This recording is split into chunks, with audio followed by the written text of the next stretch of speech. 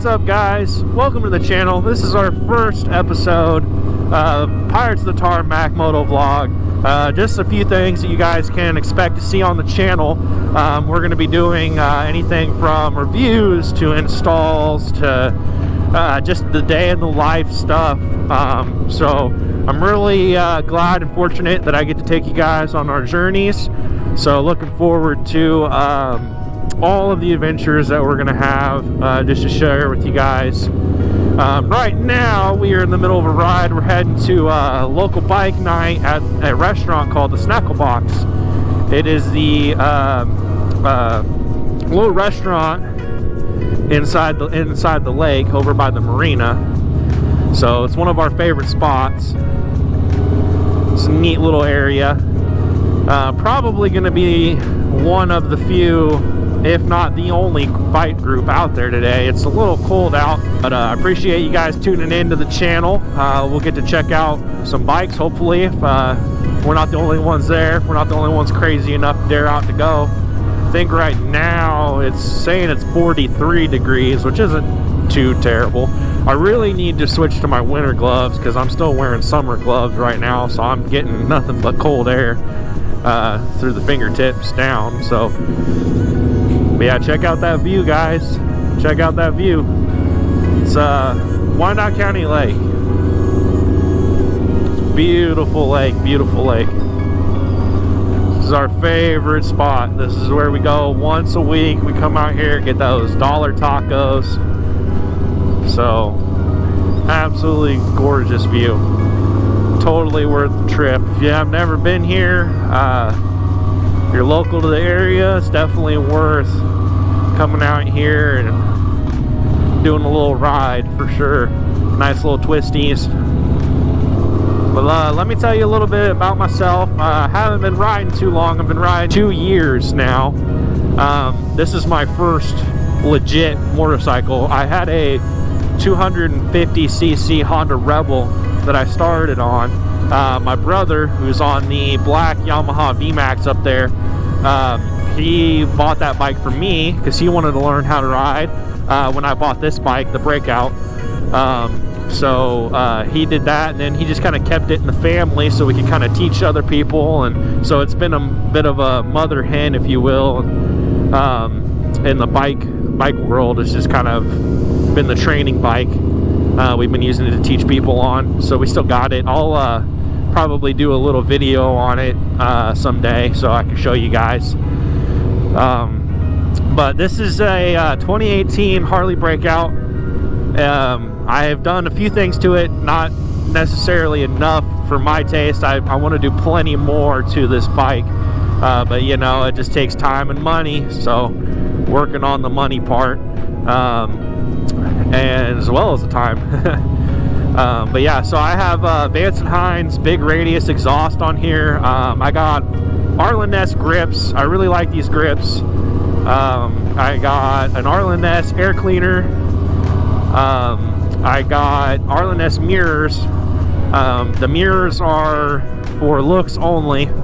They have no practical use. I normally check physically look behind me when I'm getting over or when I'm needing to pay attention to something that's behind me. Anyway, so I wasn't too big of a hit not having the mirrors because I hardly ever use them. I don't trust them. I feel more comfortable looking with my own eyes before I do anything on the bike. So but I really like the way that these looked, and I figured, you know, some things are gonna have to on the bike, you know, be more for looks than practical use. But yeah, so you know, I'll do a walk around, show you the bike when we get there, so you guys can kind of see what we're working with. But up there is I believe it's a 2022 or 2021 Fat Bob that Kevin is on. He is the one in the like striped helmet closest to me.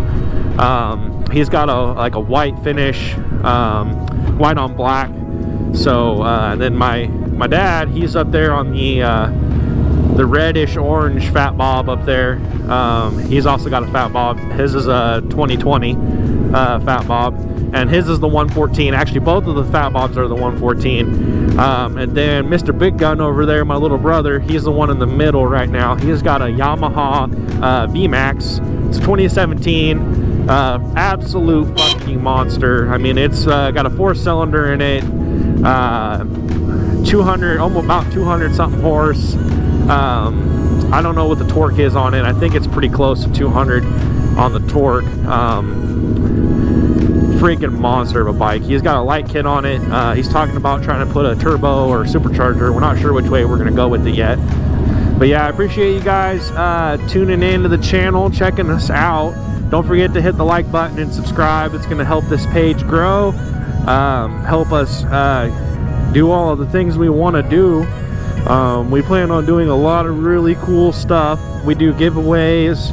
We want to get into some bike builds,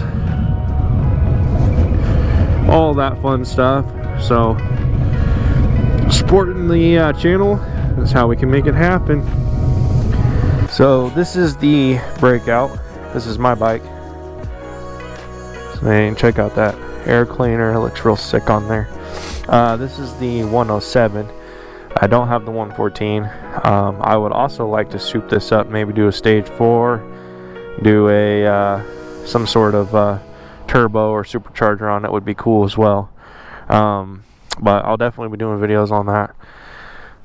And this is the Fat Bob. This one's Kevin's bike, so always got a rep. And then this is the monster, the VMAX. So this is his bike. You see some of the LED lights there. They're all a little dirty because we just hit a gravel road not too long ago. This is his little stuffed animal Taz. Keeps him keeps eyes on the road for him. And this is my dad's Fat Bob. So got our variant Punisher logo. That's actually a magnet, not a decal. So he's got aftermarket exhausts on there, S&S slip-ons. His is an aftermarket exhaust as well. Actually, they all have aftermarket exhausts. He's rocking the Cobra, and then I don't know what exhaust he has. I'll look it up and put it up there for you guys. So this is what I'm jealous of. He's got this cool shift light. But anyway, guys, just kind of wanted to go over some of the bikes, show you guys what we got going on. Alright, guys, got some tacos. Only bikes out here represent for bike night tonight. Don't blame them. Definitely felt it in my fingers. Way to kick off our Motovlog, right?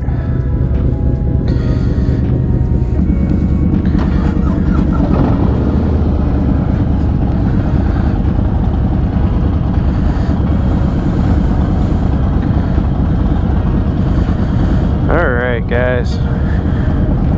Let's get out of here, go home. It's been a long day.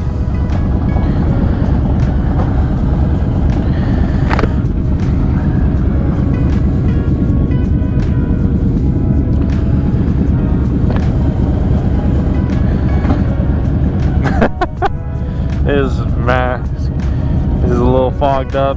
I don't think Dad can see. You got your vents down? Did you put all your vents down? Huh.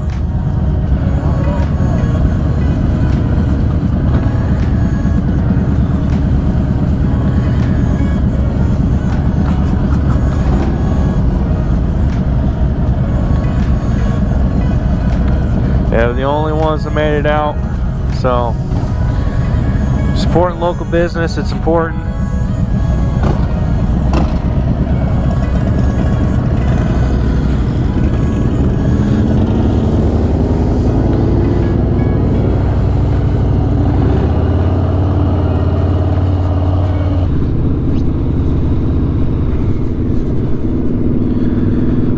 Can't get my my vents are down, but I still can't keep my visor from fogging up.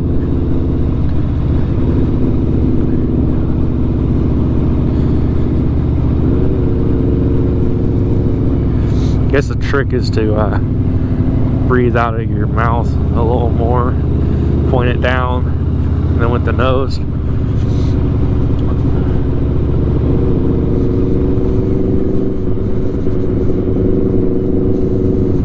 Or maybe it's the opposite. Maybe it's just all nose. Maybe it's just all nostril air. I'm trying to play with it here and see what seems to be helping. If you guys have any tricks that you guys do for winter time, keeping the visor from fogging up, let me know down in the comments.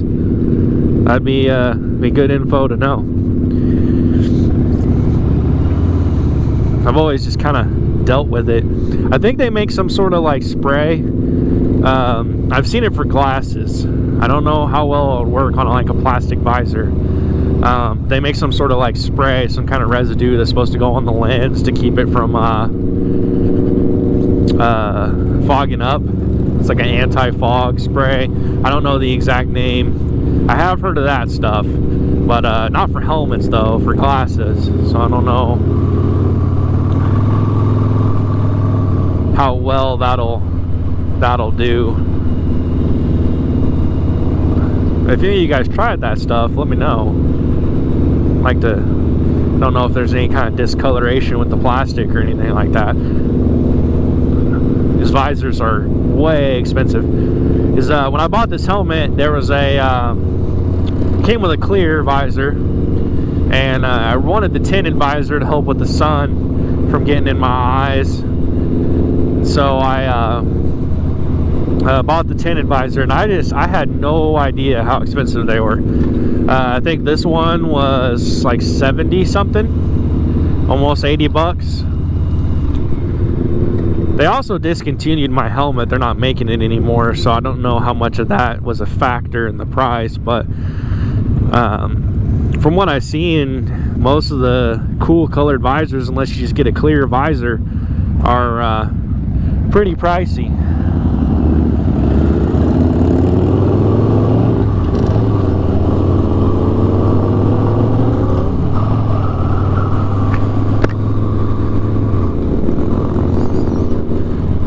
Charge a lot of money for a piece of plastic. I understand for like the higher end ones, the ones that are supposed to be like safety glasses almost. They're supposed to keep you from, protect your eyes from rocks, rocks and stuff like that. Ooh, deer.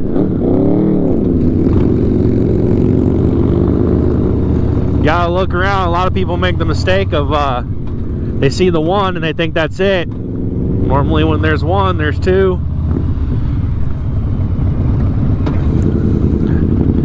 Ran right out in front of him. It's too cold to be laying on the pavement. Doesn't help with a foggy visor either. Visibility's low. We're working on trying to build the baddest muscle bikes. It just takes time, but you guys will definitely get to see these bikes grow throughout the channel. Like I said, we're planning on doing stage 4. From there, we're not quite sure what we want to do. We've talked about the superchargers, we've talked about the turbos. It's just a lot of different options, things we can do. We even talked about doing nitrous on these bikes. So a lot of different avenues that we can take. It just kind of depends on what's most cost effective for how much power we're going to get out of it. I mean, these bikes are already kind of a tough deal because you know, I believe that the M8s can pull some impressive numbers. I think that if you do it right, you could end up making a bike that's damn near 300 horsepower, and I mean, you could probably take some of the super bikes stock. It just kind of depends on how you want to do it, because you you know, it gets pricey very quickly. I mean, these bikes are already $20K. We're talking $20,000 just to open the door. That's not putting exhaust. That's not doing even the basic stuff like air cleaner. All that's going to add up. When you start talking about doing the stage 4, I mean, we started looking into the pricing for that. You're looking at like a lot of places to get it all said and done. It's like 7, 8, even 10 grand to get everything wrapped up on it, and that's just the stage 4. And even with the stage 4, you're still not looking at that impressive numbers. I mean, it's a building block for sure. It's a good foundation. You'll be putting out a lot of power, but when you start comparing it to the other bikes that are out there, you're talking about 130 horsepower. I've heard that some guys get higher than that, depending on the exhaust and setup, the other setups that they do. But I mean, when you look at like the Triumph Rocket, my uncle, he had one. He had a Triumph Rocket, and you're talking 165 horsepower, 165 stock torque. That's just stock, and those bikes run about 20,000 as well.